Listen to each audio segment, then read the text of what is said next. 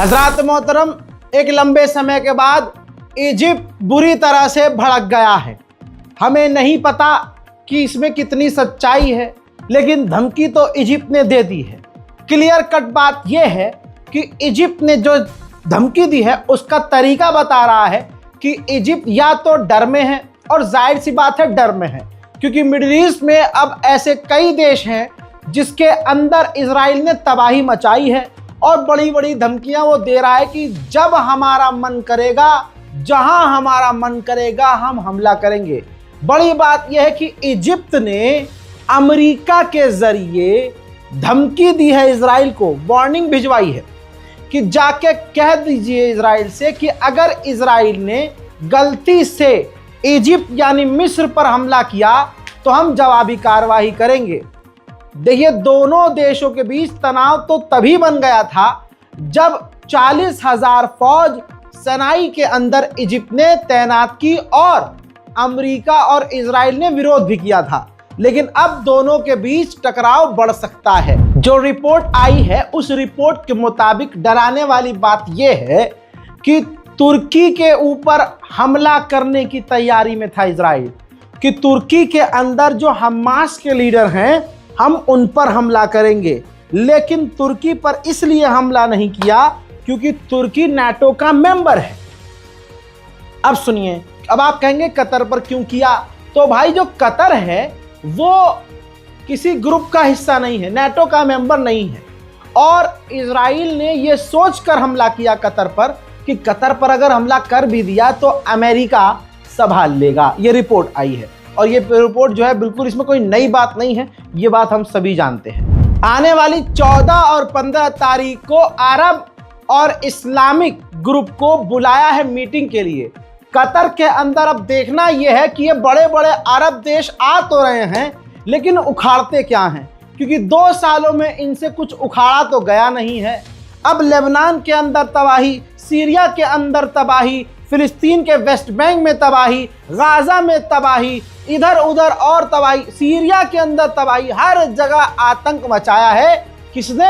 Israel ने। 2 साल से ये कर रहा है, तब तो अरब देश कुछ उखाड़ नहीं पाए। देखते हैं कि इस मीटिंग में क्या उखाड़ते हैं। अब देखिए, कतर ने इतनी बड़ी बात बोल दी है कि इससे उम्मीद नहीं थी कि इतनी बड़ी बात ये बोलेगा, क्योंकि ये तो खुद ही अमेरिका की गोद में बैठा था।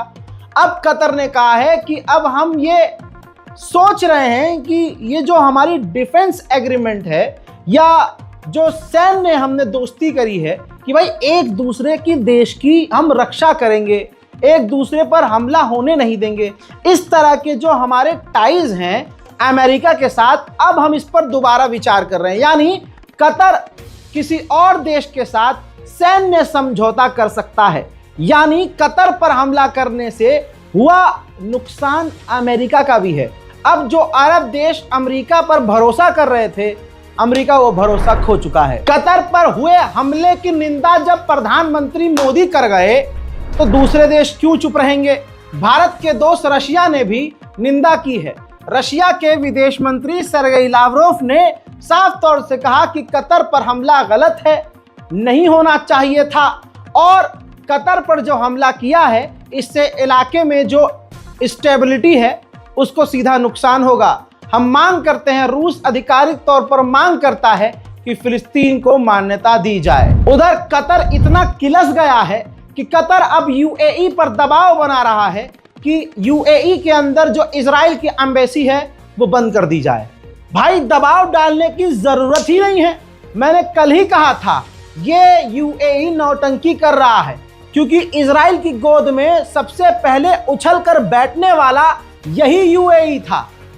तो जब यूएई का अमीर पहुंचा कतर से मिलने के लिए, अभी कल ही गया था, और बड़े बड़े बयान दिए, और सच में अगर तुझे तकलीफ है कि तेरे भाई के घर के अंदर घुसकर हमला किया है एक कुत्ते ने, तो भाई उसको कहना, तेरे भाई को कहना क्यों पड़ रहा है कि भाई उससे रिश्ते खत्म कर लो, या उसकी दुकान या उसकी एम्बेसी बंद कर दो? बोलना ही नहीं चाहिए, तुझे तो यह काम खुद कर लेना चाहिए।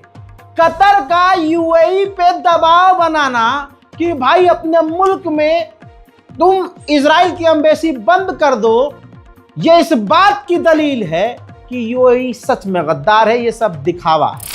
कतर के अंदर जो हमास के लोग मारे गए उनके आखिरी रसूमात तो हुए जिनकी ये तस्वीर है, लेकिन हैरान करने वाली, देखिए मेरी तरफ से ये इजराइल के मुंह पर तमाचा है कि कतर के अमीर भी उस आखिरी रसूमात में शामिल हुए जिनको इजराइल ने कहा कि ये आतंकवादी थे और आतंकवादी घोषित करके उनको कत्ल कर दिया गया। मोहतरम हज़रात, ये सैटेलाइट इमेज है। मैंने वीडियो तो उस इमारत की दिखाई थी, लेकिन ये सैटेलाइट इमेज आप देखिए जिसमें वो इमारत जिसमें हमास के लोग थे उस पर इजराइल ने हमला किया था। वो बिल्डिंग, वो इमारत तबाह हो चुकी है। उधर यूएई ने आधिकारिक तौर पर कहा है जिस तरह से नेतन्याहू कतर के खिलाफ बयानबाजी कर रहा है, बर्दाश्त नहीं किया जाएगा।